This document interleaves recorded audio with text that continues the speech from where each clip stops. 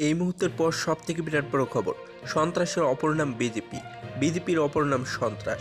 স্থানীয়দের নেতাদের ক্ষমতা দেওয়া হয়েছে, বামফ্রন্টের সাথে জোট হবে কিনা, সুদীপ রায় বর্মন কি বললেন, বিস্তারিত জানিয়ে দেবে সঙ্গে তাই। ত্রিস্তর পঞ্চায়েত নির্বাচন ঘোষণা হতে বিরোধীদের উপরে আক্রমণ শুরু হয়েছে শাসক দলের, এমনটাই অভিযোগ তুললেন কংগ্রেস বিধায়ক সুদীপ রায় বর্মন।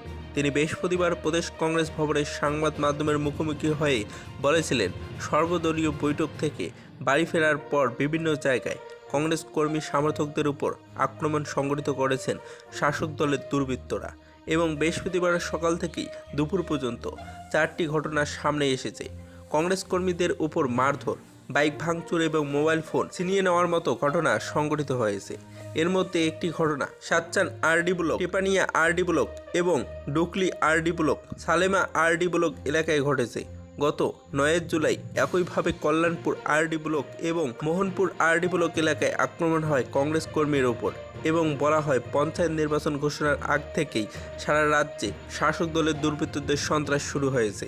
তাই সন্ত্রাসের অপর নাম বিজেপি, বিজেপির অপর নাম সন্ত্রাস। তারা গণতন্ত্রকে বিশ্বাস করে না, পায়ের নিচে মাটি সরে গেছে, গুন্ডারা দলটাকে চালাচ্ছেন এবং এই গুন্ডাদের দ্বারা জয়ী হওয়ার জন্য চেষ্টা করছে। এই কথা বলে দাবি করলেন সুদীপ রায় বর্মন। তিনি নির্বাচন কমিশনের দিকে আঙুল তুলে বলেছিলেন, শান্তিপূর্ণ নির্বাচন সংগঠিত করতে বিরোধী রাজনৈতিক দলগুলির পক্ষ থেকে পরামর্শ দেওয়া হয়েছিল নির্বাচন কমিশনকে, কিন্তু একটি পরামর্শ গ্রহণ করেননি নির্বাচন কমিশন। তারপর এই পরিস্থিতিতে দাঁড়িয়ে লড়াই করতে হবে। তাই প্রত্যেক বিরোধী কর্মীর উদ্দেশ্যে বলা হচ্ছে, বুক চেটিয়ে লড়াই করুন এবং শাসক দল বিজেপি কাপুরুষ, আপনারা সবাই সংঘবদ্ধ হয়ে প্রতিবাদ এবং প্রতিহত করুন। তিনি আরও বললেন, আসন্ন পঞ্চায়েত নির্বাচনে কংগ্রেস এবং বামফ্রন্ট জোট হয়ে লড়াই করে ক্ষমতা ছেড়ে দেওয়া হয়েছে স্থানীয় কংগ্রেস নেতাদের উপর এবং তারা সিদ্ধান্ত নেবে কিভাবে লড়াই করবে। নিজ এলাকায় পরিস্থিতির উপর ভিত্তি করে তারা লড়াই করবে বলে জানান তিনি।